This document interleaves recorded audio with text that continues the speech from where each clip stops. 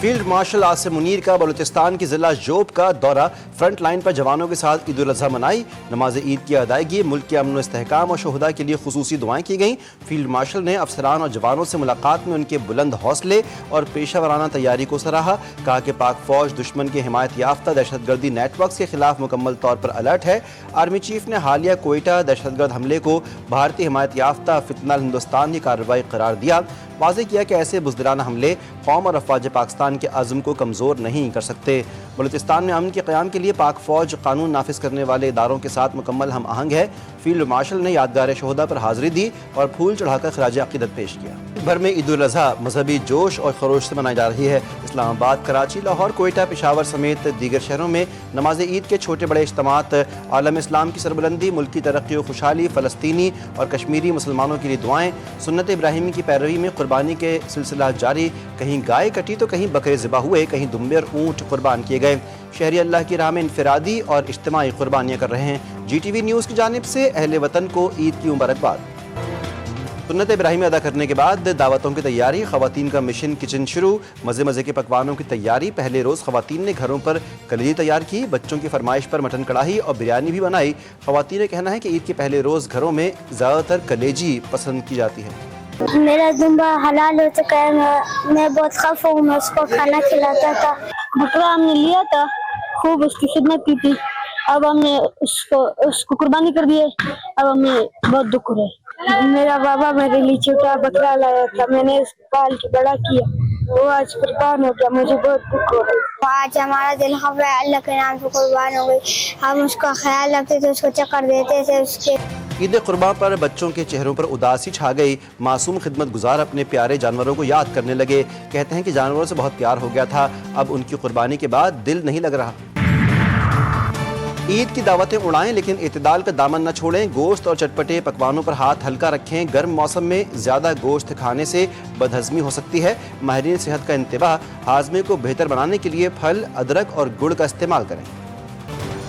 نماز عید کے اجتماعات، صدر زرداری نے نواب شاہ، وزیراعظم شہباز شریف نے لاہور میں نماز عید ادا کی، وزیر اعلیٰ سہیل آفریدی نے باغ ناران حیات آباد پشاور، گورنر خیبر پختونخوا فیصل کریم کنڈی نے آبائی گاؤں کوکار ڈی آئی خان میں نماز عید ادا کی، سینئر صوبائی وزیر شرجیل میمن نے حیدرآباد میں، میئر مرتضی وہاب نے کراچی کے پولو گراؤنڈ میں عید کی نماز پڑھی۔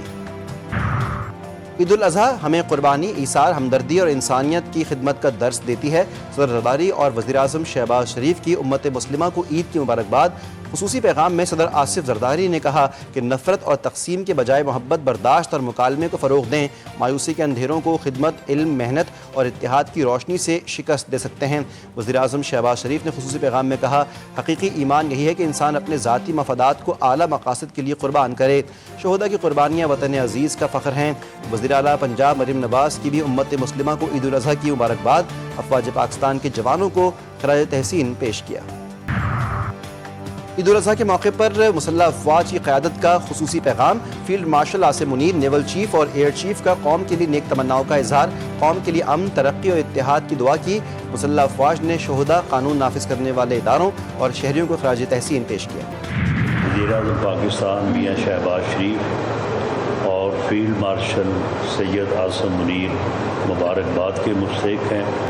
انہوں نے اپنی دانشمندانہ جو ہے وہ کوششوں سے نہ صرف پاکستان کو، پوری قوم کو سرخرو کیا ہے، بلکہ عالم اسلام میں انہوں نے ایک اتحاد پیدا کیا ہے۔ اگر جنگ نہ ہوتی تو وزیراعظم شہباز شریف کا بڑا ریلیف دینے کا پروگرام تھا، حالات کی وجہ سے دیے جانے والے ریلیف میں فرق آئے گا۔ رانا ثناء اللہ کی فیصل آباد میں گفتگو، کہا کہ وزیراعظم اور فیلڈ مارشل مبارکباد کے مستحق ہیں، دونوں رہنماؤں کی دانشمندانہ کوششوں نے پوری قوم کو سرخرو کیا۔ اسرائیل اور نتنیاہو جیسے مکار کی خواہش ہے مسلم دنیا آپس میں الجھے۔ 28ویں ترمیم کی باتیں صرف میڈیا میں سن رہے ہیں، پیپلز پارٹی سے 28ویں ترمیم پر کسی نے بات نہیں کی، نہ کوئی ترمیم سامنے آئی ہے، نہ کسی صوبے یا کسی شہر کی باتیں سامنے آئی ہیں۔ وزیر اعلیٰ سندھ مراد علی شاہ کی سیون شریف کی میڈیا سے گفتگو، کہتے ہیں کہ نئی ترمیم کا مسودہ یا ڈرافٹ پیپلز پارٹی سے شیئر نہیں ہوا، مہنگائی بڑھ گئی ہے، آئندہ بجٹ میں تنخواہیں بڑھانے کا فیصلہ وفاق سے بات کر کے کریں گے، کوشش ہے کہ غریب عوام پر کم سے کم بوجھ پڑے۔